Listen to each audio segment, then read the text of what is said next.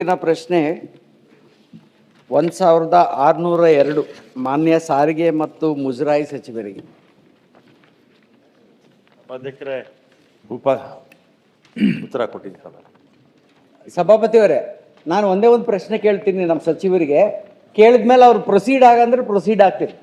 ಸಚಿವರೇ, ನೀವು ಅನುಬಂಧ 1 ನೋಡಿ. ಅನುಬಂಧ 1 ಸೆಕೆಂಡ್ ಪೇಜ್ ತಪ್ಪು ಮಾಹಿತಿ ಕೊಟ್ಟಿದ್ದಾರೆ ಸಭಾಪತಿಯವರೇ. ಅಧಿಕಾರಿಗಳು ತಪ್ಪು ಮಾಹಿತಿ ಕೊಟ್ಟಿದ್ದಾರೆ. ಇಷ್ಟು ಇರ್ರೆಸ್ಪಾನ್ಸಿಬಲ್ ಅಧಿಕಾರಿಗಳು ಇದ್ದಾರೆ. ನಾನು ನಿಮಗೆ ಬ್ಲೇಮ್ ಮಾಡ್ತಾ ಇಲ್ಲ.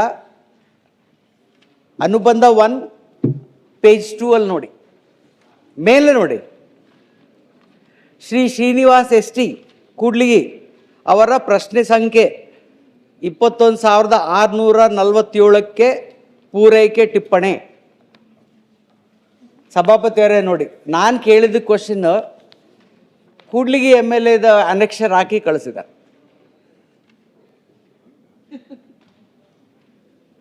ಕ್ವಶನ್ ಸೇಮ್ ಇದೆ, ಒಂದು ಪಾರ್ಟ್, ಬಟ್ ಅಟ್ಲೀಸ್ಟ್ ನನ್ನ ಹೆಸರು ಇಲ್ಲಿ ಹಾಕಕ್ಕೆ ಏನಾಗಿದೆ ಇವರಿಗೆ? ಇಲ್ಲ, ನಾನು ಬ್ಲ್ಯಾಂಕ್ ಬಿಡಿ, ನಾನೇನು ನನ್ನ ಹೆಸರು ಕೇಳಿಲ್ಲ. ಶ್ರೀನಿವಾಸ್ ಅಂತ ಹಾಕಿ ಕಳಿಸ್ತೀರ ಸಚಿವರೇ? ನಾನು ಏನು ಹೇಳಿ ಸಚಿವರೇ? ಸಭಾಧ್ಯಕ್ಷರೇ, ಅಲ್ಲಲ್ಲ, ಮಿಸ್ಟೇಕ್ ಅಲ್ರಿ, ಇದು ನೆಗ್ಲಿಜೆನ್ಸಿ. ಮಿಸ್ಟೇಕ್ ಏನು ಅಸೆಂಬ್ಲಿ ಅಂತ ಇಲ್ಲ, ಓದಿರ್ತೀನಿ. ಈ ಟಿಪ್ಪಣಿನಲ್ಲಿ ಇರೋದು ಇದಾಗಿರ್ಬೇಕು. ಸಚಿವರು, ನಾನು ನಿಮ್ಮನ್ನ ಬ್ಲೇಮ್ ಮಾಡ್ತಾ ಇಲ್ಲ. ನಾನು ಹೇಳೋದು ಜಸ್ಟ್ ಸ್ವಲ್ಪ ಅಧಿಕಾರಿಗಳು ಅಲರ್ಟ್ ಇರ್ಬೇಕಂತ ಅಷ್ಟೇ, ಇನ್ನೇನಿಲ್ಲ. ಈಗ ನಾನು ಸಭಾಪತಿಯವರೇ, ನಾನು ಪ್ರಶ್ನೆ ಕೇಳಿದ್ದು ಬಳ್ಳಾರಿ ಮತ್ತು ವಿಜಯನಗರದಲ್ಲಿ ಎಷ್ಟು AC, ನಾನ್ AC ಆ್ಯಂಡ್ ಕೆಂಪು ಬಸ್ ಇದ್ದಾವೆ ಅಂತ. ನಮ್ಮ ಬಳ್ಳಾರಿ ಬಸ್ಗಳಲ್ಲಿ ನೀವು ಬಂದರೆ ಫಸ್ಟು ನೀವು ಹಿಂಗೆ ಮೂಗಿಡ್ಕೊಂಡು ಒಳಗೆ ಪ್ರವೇಶ ಮಾಡಬೇಕು ಬಸ್ಸಲ್ಲಿ. ಆ ಬಸ್ಸು ಯಾವಾಗ ಕ್ಲೀನ್ ಆಗಿದೆ, ಯಾವಾಗ ತೊಳೆದಿದ್ದಾರೆ, ಯಾವಾಗ ಅದನ್ನ ಎಂಜಿನ್ ಚೆಕ್ ಮಾಡಿದ್ದಾರೆ, ಅದೇನು ರನ್ನಿಂಗಲ್ಲಿ ಇದೆಯಾ ಇಲ್ಲ, ಆ ವಿಂಡ್ಶೀಲ್ಡ್ ಸರಿ ಇದೆಯಾ ಇಲ್ಲ. ನನ್ನ ಹತ್ರ ಫೋಟೋ ಇದೆ, ಫೋನ್ ತೆಗಿಬಾರ್ದು. ವಿಂಡ್ಶೀಲ್ಡು ಬ್ರೇಕ್ ಆಗಿದೆ, ಆ ಗಾಡಿನ ನೀವು ಬಳ್ಳಾರಿ ಬೆಂಗಳೂರು ಓಡಿಸ್ತಾ ಇದ್ದೀರಿ. ಮೊಘಲಾಯ್ ದರ್ಬಾರ್ ಅಂತ ಗೊತ್ತಿಲ್ಲ, ಮೊಘಲಾಯ್ ದರ್ಬಾರ್ ಅಂತದು.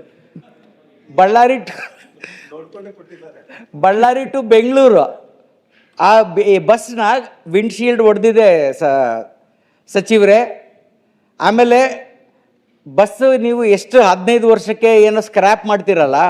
ನಂದು ಒಂದೇ ಒಂದು ಪ್ರಶ್ನೆ ನಿಮಗೆ ಅಡಿಷ್ನಲ್. ಈಗ ನೀವು AC ಬಸ್ಸಲ್ಲಿ ಮತ್ತು ಸ್ಲೀಪರ್ ಬಸ್ಸಲ್ಲಿ ನೀವು ಅದು ಅಪೋಲ್ಸ್ಟ್ರಿ ಹಾಕ್ತಿರಲ್ಲ, ಕರ್ಟನ್ಸು ಅದೇನೇನೋ ಹಾಕ್ತಿರಲ್ಲ, ಅದು ಸ್ಕ್ರ್ಯಾಪ್ ಆಗೋವರೆಗೆ ಅದೇ ಇಡ್ತೀರಾ, ಇನ್ನು ಅದನ್ನ ಏನಾದ್ರು ಚೇಂಜ್ ಮಾಡ್ತೀರಾ? ನೀವು ಅದೇ ಇಡಂಗಿದ್ರೆ ನಮ್ಮ ಬಸ್ಗಳಲ್ಲಿ ನೀವು ಮೂಗು ಮುಚ್ಕೊಂಡು ಬರ್ಬೇಕು. ನೀವು ಬಳ್ಳಾರಿಯಲ್ಲಿ ನೀವು ಎದಕ್ಕೆ ನಮ್ಮ ಬಳ್ಳಾರಿ ಮತ್ತು ವಿಜಯನಗರನ ಇಷ್ಟು ನೆಗ್ಲೆಕ್ಟ್ ಮಾಡ್ತೀರಿ? ಬಡ್ಜೆಟಲ್ಲಿ ಕೂಡ ಅದರಲ್ಲಿ ಒಂದು ಮೆನ್ಷನ್ ಕೂಡ ಇಲ್ಲ. ನೀವು ಬಸ್ ಕೂಡ ಕೊಡ್ತಾ ಇಲ್ಲ.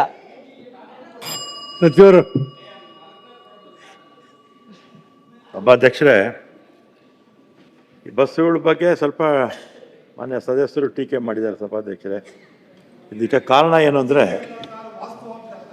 ಇಲ್ಲಿ ವಾಸ್ತವಾಂಶನೂ ಇರ್ಬೋದು, ಇಲ್ಲ ಅಂತ ಹೇಳೋದಿಲ್ಲ.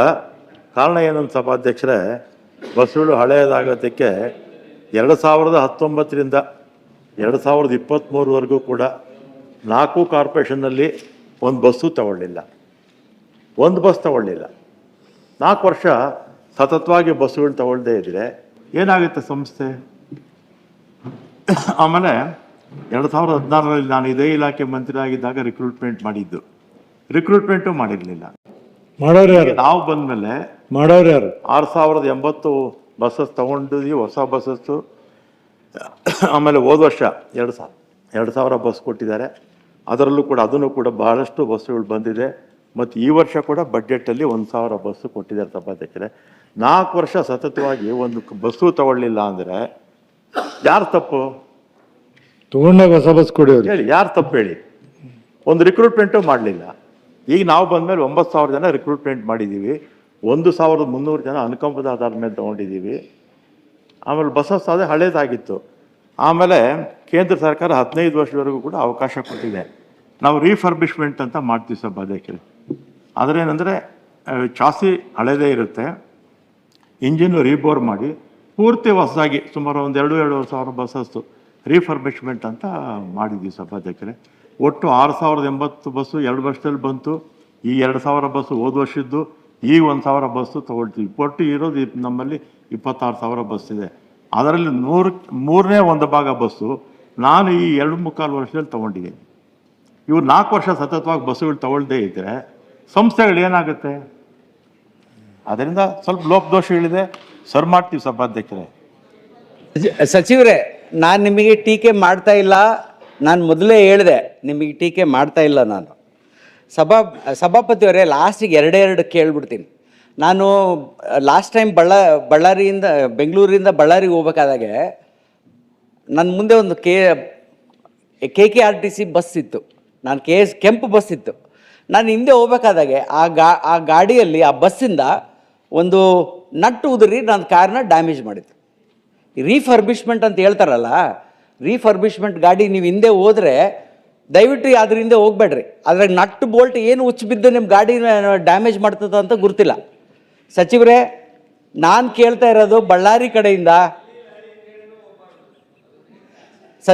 ಸಭಾಪತಿಯವರೇ, ನಿಮ್ಮ ಮೂಲಕ ನಾನು ಸಚಿವರಿಗೆ ಒಂದೇ ಒಂದು ಮನವಿ, ಬಳ್ಳಾರಿ ಮತ್ತು ವಿಜಯನಗರಿಗೆ ಅಟ್ಲೀಸ್ಟ್ 100 ರೆಡ್ ಬಸ್ಸಸ್ಸು, ಒಂದು 20 ಈಚ್ ವೋಲ್ವೋ ಬಸ್ಸಸ್ ಕೊಡ್ಬೇಕಂತ ನಾನು ನಿಮ್ಮ ಮೂಲಕ ಅವ್ರಿಗೆ ನಾನು ಬೇಡ್ಕೊಳ್ತಾ ಇದ್ದೀನಿ. ನನಗೆ ಪ್ರಾಬ್ಲಮ್ ಏನಾಗ್ತಾಯಿದೆ, ಹಳ್ಳಿಗಳಿಂದ ಮಕ್ಕಳೇನು ಬರ್ತಾರಲ್ಲ ಸಭಾಪತಿಯವರೇ, ಎಜುಕೇಷನಿಗೆ, ಕಾಲೇಜಿಗೆ, ಹಳ್ಳಿಯಲ್ಲಿ ಬಸ್ಗಳೇ ಓಡಾಡ್ತಾ ಇಲ್ಲ.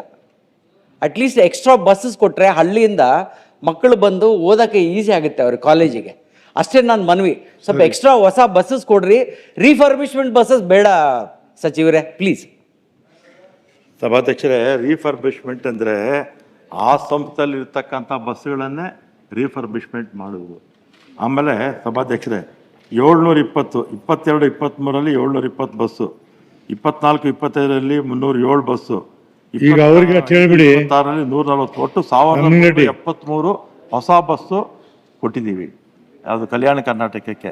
ಕಲ್ಯಾಣ ಕರ್ನಾಟಕದಲ್ಲಿ ಇರೋದೇ 4,000 ಚಿಲ್ಲರೆ ಬಸ್ಸು. ಈ 2 ವರ್ಷದಲ್ಲೇ ಇಷ್ಟು ಬಸ್ ಕೊಟ್ಟಿದ್ದೀವಿ. ಮತ್ತು 400 ಬಸ್ಸು ಟೆಂಡರ್ ಆಗಿದೆ, ಹಣ ಬಿಡುಗಡೆ ಆಗಬೇಕು. ಬಜೆಟ್ ಆದಮೇಲೆ ಹಣ ಬಿಡುಗಡೆ ಮಾಡ್ತೀನಿ ಅಂತ ಹೇಳಿದ್ದಾರೆ. 400 ಬಸ್ಸು ಬರುತ್ತೆ. ಮತ್ತು ಅದ್ರ ಜೊತೆಗೆ 56 bus high end buses, sleeper, AC, ನಾನ್ ಸ್ಲೀಪರ್ AC ಮತ್ತು ವೋಲ್ವೋ ಬಸ್ಸಸ್ಸು 56 ಬಸ್ಸು ಬರ್ತಾ ಇದೆ. 50 ತಗೊಂಡು 4 ವರ್ಷ ನೀವು ತಗೊಳ್ಳಿಲ್ವಲ್ಲ ನಿಮ್ಮ ಕಾಲದಲ್ಲಿ, ಅದರಿಂದ ಇರಲಿಲ್ಲ ಅಷ್ಟೇ. ಈಗ 56 ಬಸ್ಸಸ್ಸು, ಒಂದು ನಿಮಿಷ ನಾನು ಹೇಳ್ತೀನಿ, ಆಮೇಲೆ ನೀವು ಮಾತಾಡಿ. 56 ಬಸ್ಸಸ್ಸು ನಮಗೆ ಬಸ್ಗಳು ಕೊಟ್ಬಿಡಿ ಅಷ್ಟೇ, ಹೊಸದು ಇನ್ನೇನಿಲ್ಲ. ಬಸ್ಸು ಶಾರ್ಟೇಜ್ ಆಗೋದಕ್ಕೆ ಯಾವ ಕಾರಣ ಏನು ಅಂತ ನಾನು ನಿಮ್ಗೆ ಹೇಳ್ತಾ ಇದ್ದೀನಿ ಅಷ್ಟೇ. ಆಮೇಲೆ 56 ಹೊಸ ಬಸ್ಸಸ್ ಬರುತ್ತೆ, AC, ನಾನ್ AC ಎಲ್ಲ ಬರುತ್ತೆ. ಆಮೇಲೆ KSRTC ಒಂದು 65 ಬಸ್ ಬರುತ್ತೆ. ವಾಯುವ್ಯ ಕರ್ನಾಟಕದ ಒಂದು 10 ಬಸ್ ಬರುತ್ತೆ. ಅದೇ ಪ್ರೈವೇಟ್ ಆಪ್ರೇಟರ್ಸು ಎಲ್ಲ ಸಿಟಿಗಳಿಂದ 20 ಬಸ್ ಇದೆ ಸಭಾಧ್ಯಕ್ಷರೇ. ಯಾವ ಗುಲ್ಬರ್ಗ ತಗೊಳ್ಳಿ, ರಾಯಚೂರು ತಗೊಳ್ಳಿ, ಯಾವುದೇ ತಗೊಳ್ಳಿ, ಪ್ರೈವೇಟ್ ಆಪ್ರೇಟರ್ಸು 15-20 ಬಸ್ಸಸ್ ಓಡಿಸ್ತಾರೆ. ನಾವು ಮಧ್ಯದಲ್ಲಿ 4 ವರ್ಷ ಗ್ಯಾಪ್ ಆಗಿದ್ದರಿಂದ ಈ AC ಬಸ್ಸಸ್ಸು, ನಾನ್ AC ಬಸ್ಸಸ್ಸು ನಮಗೆ ತೊಂದರೆ ಆಯಿತು. ಮಫ್ಸಲ್ ಬಸ್ಸಸ್ಸು ಕಡಿಮೆ ಆಯಿತು ಅಧ್ಯಕ್ಷರೇ. ಈಗ 400 ಬಸ್ಸಸ್ ಬರುತ್ತೆ. ಮಾನ್ಯ ಸದಸ್ಯರು ಹೇಳಿದಾಗೆ ಪ್ರಿಯಾರಿಟಿನಲ್ಲಿ ಬಳ್ಳಾರಿ ಮತ್ತು ಇದಕ್ಕೆ ಇನ್ನೊಂದು ಜಿಲ್ಲೆ, ವಿಜಯನಗರ ಜಿಲ್ಲೆ. ಬಳ್ಳಾರಿಯ ನಿರಂತರ ಸುದ್ದಿಗಾಗಿ ಬಳ್ಳಾರಿ ಬೆಳಗಾಯಿತು ಚಾನೆಲ್ನ ಸಬ್ಸ್ಕ್ರೈಬ್ ಮಾಡಿ ಹಾಗೂ ಬೆಲ್ ಐಕಾನ್ ಒತ್ತಿ.